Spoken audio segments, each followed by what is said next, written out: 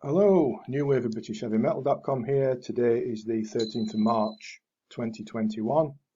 If I might open with the usual request for a favour, and that is if you would please subscribe to the channel, that would be superb. Right, today we're going to look at a band called Adrian and their one and only album, One Step Into the Uncertain. Now, this goes back to the late 1980s, this album. Adrian was a little known, quite relatively, excuse me, obscure band from Germany that were around in the 1980s. One Step Into the Uncertain is their one and only album, but man, what an album it is. In fact, had they been from over here in good old Blighty, they'd probably have got a New Wave of British Heavy Metal tag. It's a monster of an album, and it's got the lot. Huge cutting, slashing, driving, chugging riffs. What am I on? Awesome soloing, which at times is a little bit quirky, a little bit unusual, but always spectacular. Huge thumping backbeat, and whilst the vocals aren't arguably the strongest out there, and the production is a little bit rough around the edges. I think they self-produced the album back then. That doesn't hide the raw talent that's on display on this album and that Adrian had. Ignore the somewhat amateur artwork on the cover there and the lanky bloke holding a gun and a weird spider. Does look like a little bit of a middle school art project, doesn't it? But we buy albums for the music, not the artwork, don't we? And although I said this solo album from Adrian really is a monster, it reminds me a little bit of a mixture of the for those that remember them, the debut albums from Titan and Angel Witch, and a little bit of a side order of 1970s budgie thrown in, such as the riffs that are going on here. You know, I bought it a few days ago after hearing the opening track, Reach for the Sun. Was hooked on it instantly and thought, I've got to get this. And I looked around and it was a little bit tricky to find, probably with it being so unusual. But I did manage to find one on Amazon via a reseller, and it arrived a few days ago, and there was a hologrammed card inside the CD case, which said it's a limited run of 500 copies, and mine's 121. But so, if you want one, check it out and get one in case it's sold out. That opening track, Reach for the Sun, as I say, it's superb. There's some really fast opening few bars.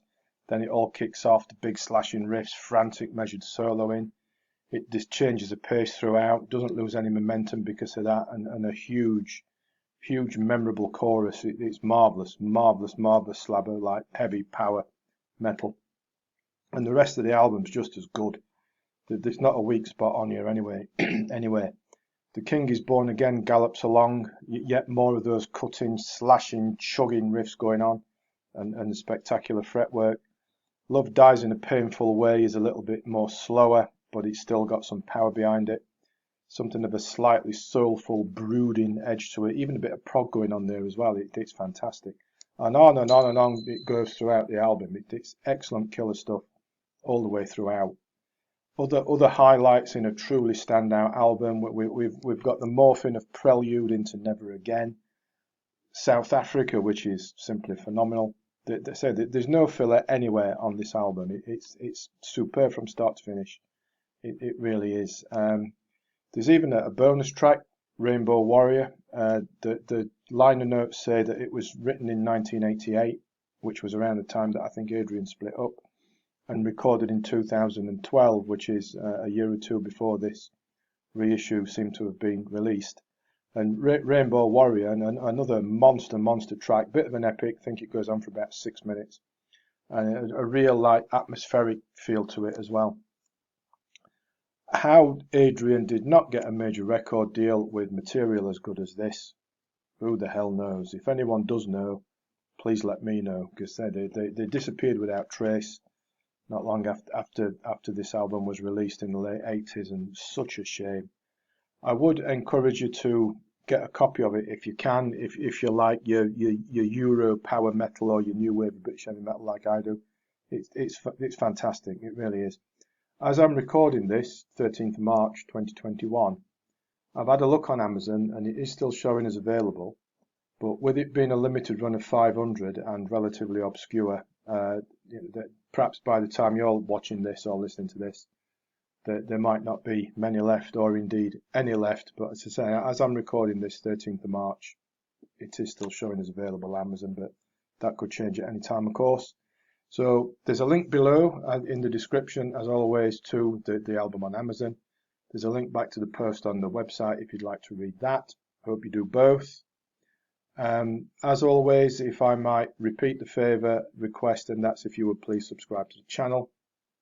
Don't forget to check out the album on Amazon via the links below. And as always, thanks for watching, thanks for listening, and take care.